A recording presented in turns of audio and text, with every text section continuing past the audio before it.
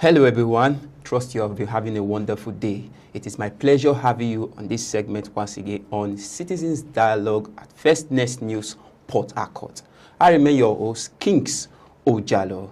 Joining me on set today is Zach Jimmy. It's my pleasure having you on set. Thank you very much.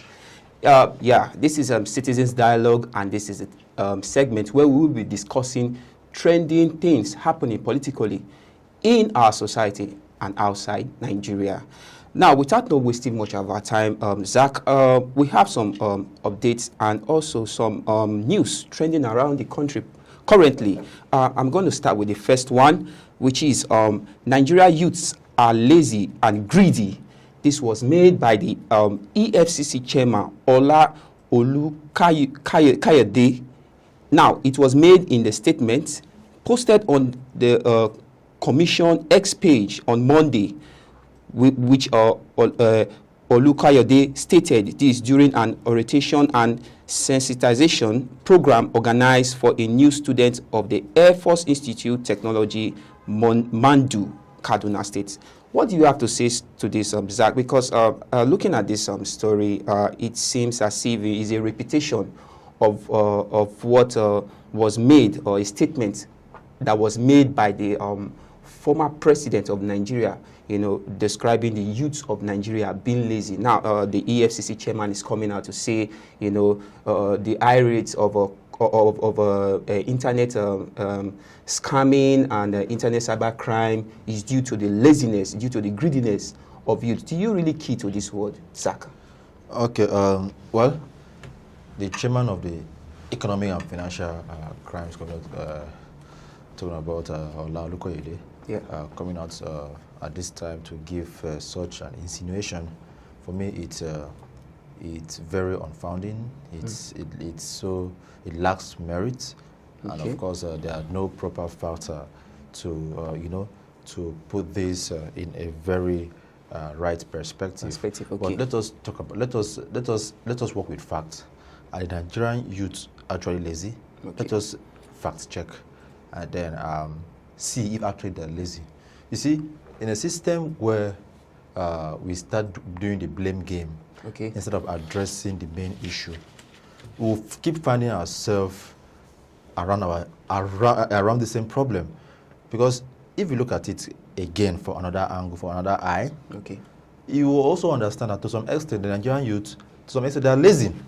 But you cannot say that the totality, the generality of the Nigerian youths are lazy.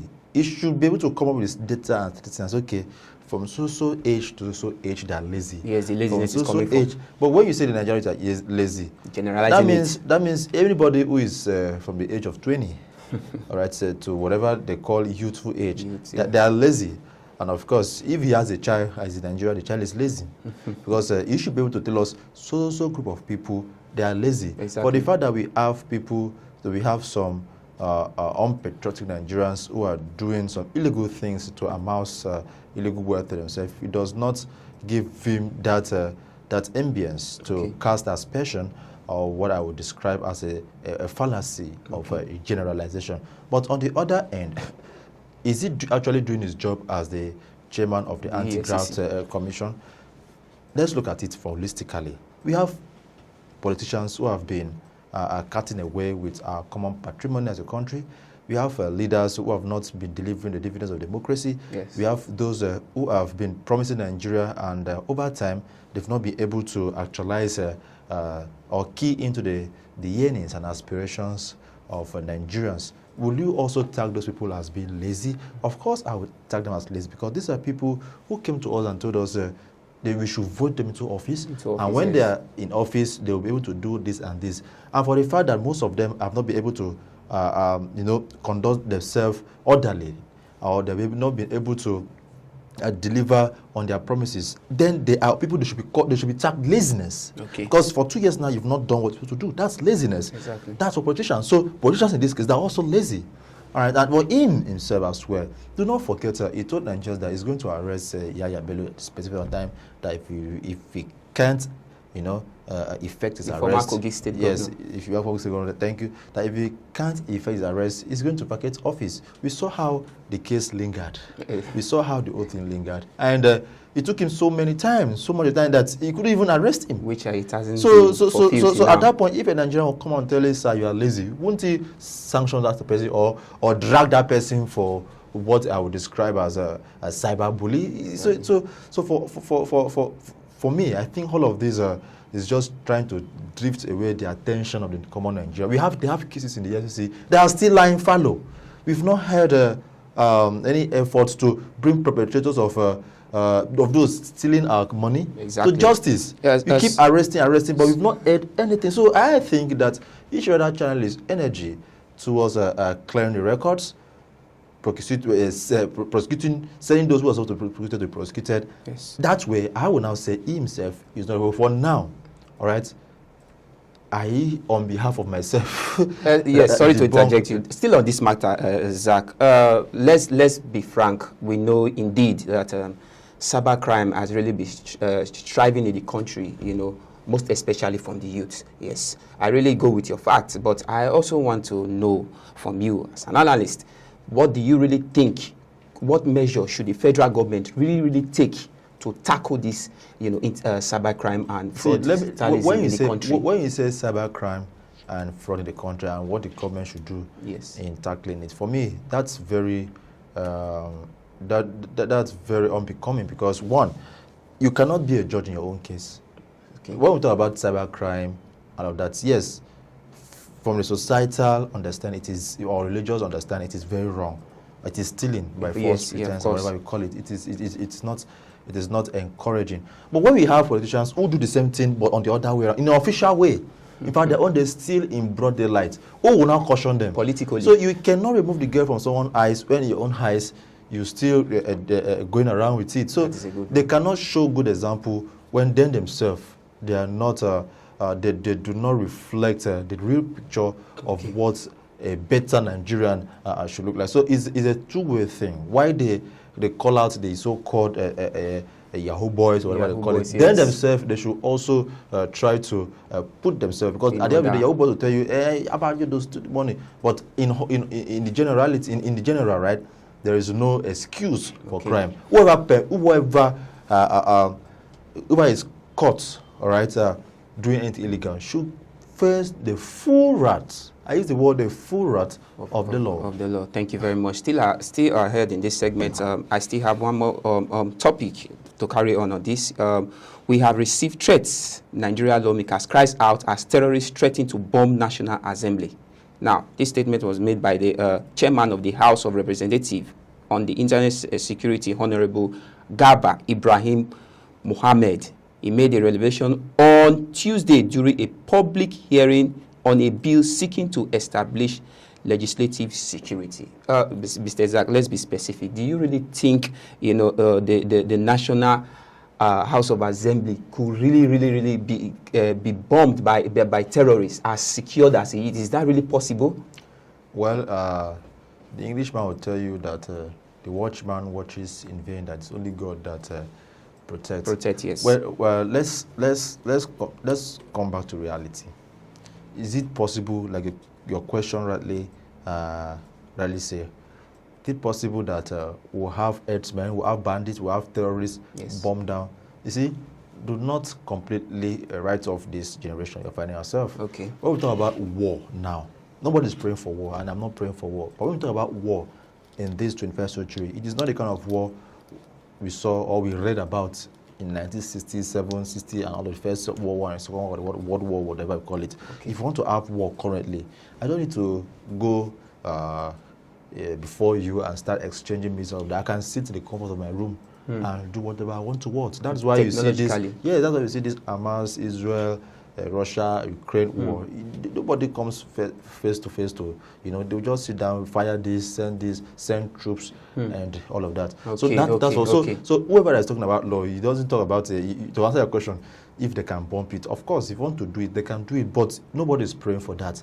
But on the other way around, well, this it happened. The terrorists actually wrote to the National Assembly that that are going to bomb down that place.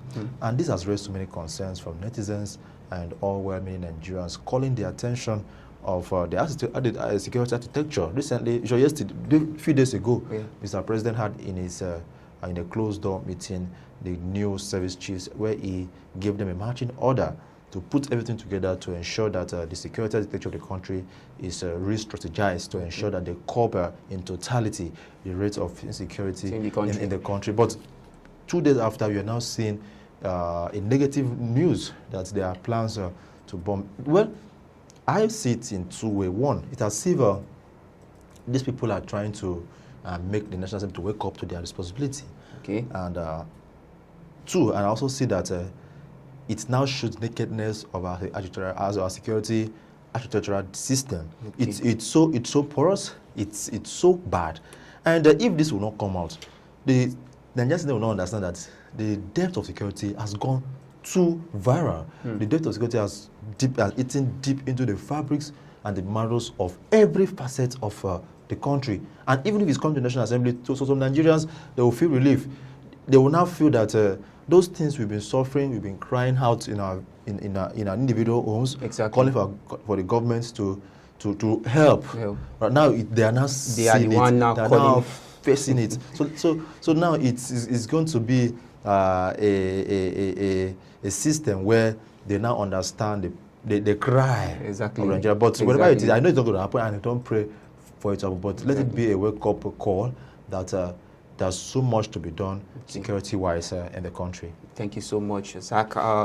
Still ahead, we'll be going for a short break, and while we return, we'll be giving you the rest of his story. Sit back and don't worry.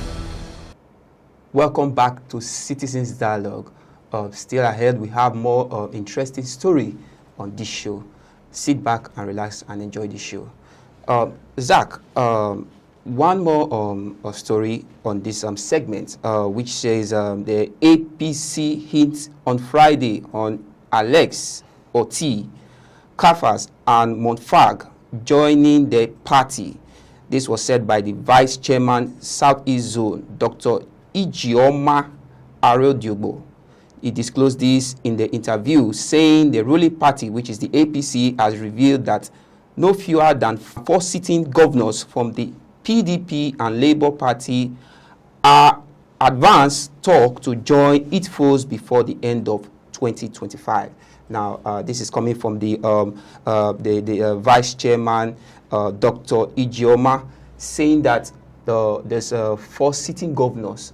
In any time soon, they are expected to join the APC platform. Do you really think this will eventually come to pass before the ending of this year, just as is mentioned? Well, what is obtainable there is the fact that anytime you see these updates coming up like this, know that the plans have already been cemented. Has been scheduled. Yeah, they've been cemented, and it's just waiting. Because I wonder why, he would just wake up, come up buoyantly to, to make this statement, saying that these 4 governors will indeed come to the APC. Well, even taking him away from the picture, all right? Okay. Taking him away from the picture. Okay. Because if you want to keep talking about him, you will make him more significant. Okay. Taking him away, asking a common Nigerian, all right? Do you see so governor cross capital? And they tell you yes.